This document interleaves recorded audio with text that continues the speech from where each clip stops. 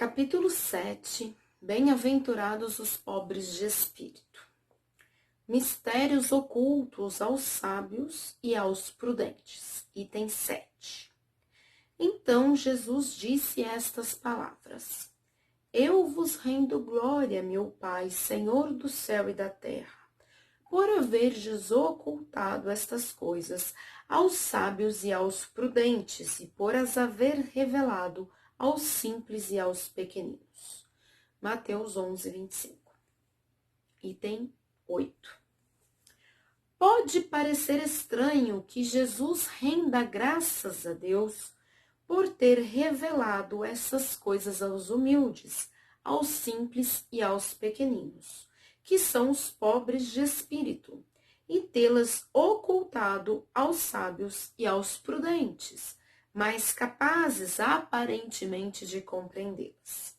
É preciso entender pelos primeiros, pelos pequeninos, pelos simples, os humildes, os que se humilham diante de Deus e não acreditam ser superiores a ninguém, e pelos segundos, os orgulhosos, envaidecidos do seu saber mundano, que se acreditam prudentes, pois negam a Deus, tratando-o de igual para igual quando não o rejeitam.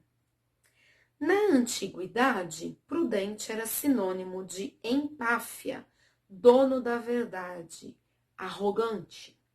É por isso que Deus lhes deixa a procura dos segredos da terra e revela os céus aos simples e humildes que se inclinam diante da sua glória.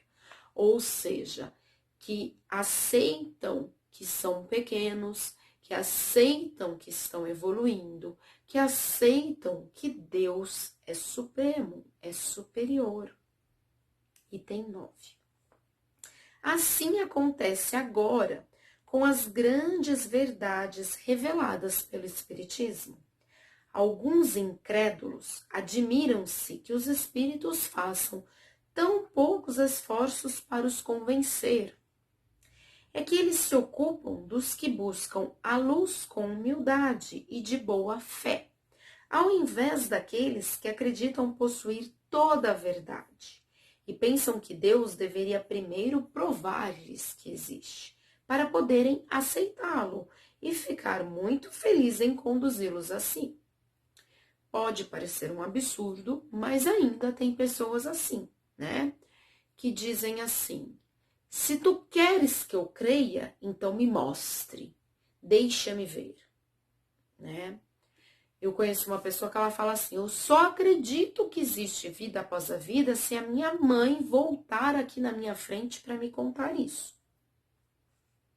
Então, por mais que esta pessoa que diga esta frase, ela é bastante assim ignorante, existem muitos como ela, que estão, na verdade, sendo arrogantes, porque primeiro a gente tem que acreditar, primeiro a gente tem que ter fé, para depois a gente ver o milagre. O poder de Deus manifesta-se nas pequenas como nas grandes coisas.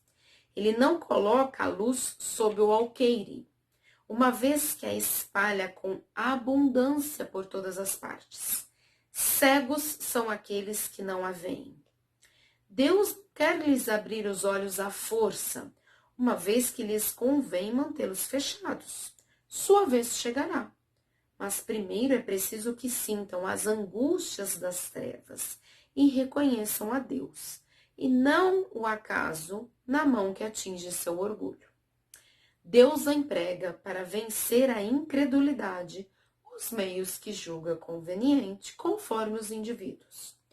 Não é o incrédulo que deve determinar a Deus o que fazer ou o que dizer.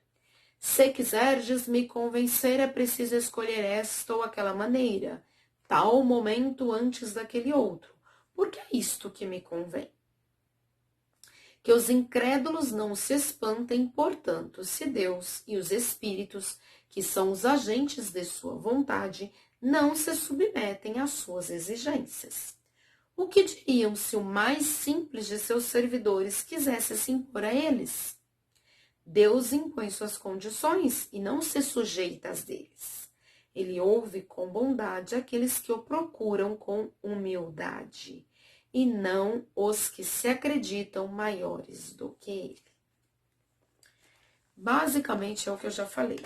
Vamos imaginar um dono de uma grande empresa que chegasse o faxineiro e quisesse dar ordens ao CEO, né?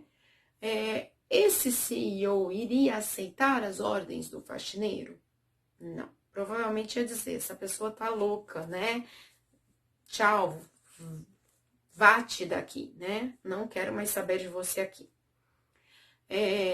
Deus não vai aceitar as nossas ordens, né? É Ele que vai determinar os nossos momentos, caso a gente ainda não tenha capacidade de enxergar. Mas veja que ele espalha a luz com abundância por todas as partes. Cegos são aqueles que não a veem. Então, está em todos os lugares, somos nós que não a vemos. Ele fala aqui sobre o alqueire, que é medida de volume de mais ou menos 9 litros em forma de caixote com que se mediam os cereais. Neste caso, como um caixote que servia de banco ou suporte. Eu sempre coloco como se fosse uma caixa de laranja ou alguma coisa assim, ó. Que legal, que hoje eu tô com algo lúdico. Então, ele diz assim, ele não coloca a luz sobre o alqueire, né? Ele não coloca a luz sobre esse caixote que eu acabei de mostrar. Ele a espalha com abundância por todas as partes. Item 10. Não poderia Deus mostrar-lhes pessoalmente fatos sobrenaturais na presença dos quais o incrédulo mais endurecido se convenceria? Sem dúvida, poderia. Mas que mérito teriam eles? E, aliás, de que isto serviria? Não o vemos todos os dias negarem-se à evidência e até mesmo dizerem: se eu visse, não acreditaria, pois sei que é impossível? Se eles se recusam a reconhecer a verdade, é que seu espírito ainda não está pronto para entendê-la, nem seu coração para senti-la. O orgulho é o véu que tampa sua visão. De que adianta mostrar a luz a um cego? É preciso, em primeiro lugar, curar a causa da cegueira. E como médico hábil, Deus corrige primeiramente o orgulho. Não abandona seus filhos perdidos. Sabe que cedo ou tarde seus olhos se abrirão. Mas quer que isso aconteça por vontade própria. E então, vencidos pelas aflições da incredulidade, se lançarão por si mesmos em seus braços e, como filhos pródigos, lhe pedirão perdão. Eu acho muito interessante um comparativo que eu faço sempre a respeito da fé, né? Eu tenho um conhecido que a esposa desencarnou. Ele é evangélico. Então, os evangélicos não acreditam na vida após a vida. E você pressupõe, por este fato, de que ele sofreria muito. Ele amava muito essa esposa. Mas ele, portador de uma fé inigualável, de uma fé superior, ele entendia que tudo acontece no momento que tem que acontecer e que cada um de nós tem o nosso momento, que cada um de nós tem o tempo aqui na Terra e que não cai uma folha que não seja pela vontade de Deus. Então, quando do velório da sua esposa, ele estava tranquilo, confiante de que aquele era o momento que Deus tinha reservado para ela, certo? Ele era assim, segundo o casamento dela, né? Então, ela tinha filhos do primeiro casamento.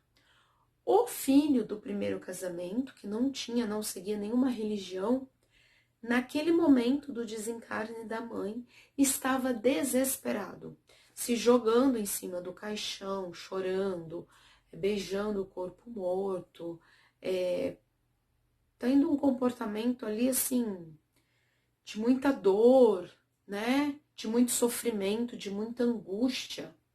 E ele, com aquela serenidade que só a fé pode dar a alguém, ele estava consolando seu enteado. Então, eu lembro muito, assim, para mim esse exemplo foi muito claro do que é você ter fé, do que é você ser capaz de enxergar Deus, você ser capaz de enxergar os desígnios de Deus, você ser capaz de acreditar e, claro, evidentemente, do outro lado, quando nós não temos fé e nos comportamos como crianças, né?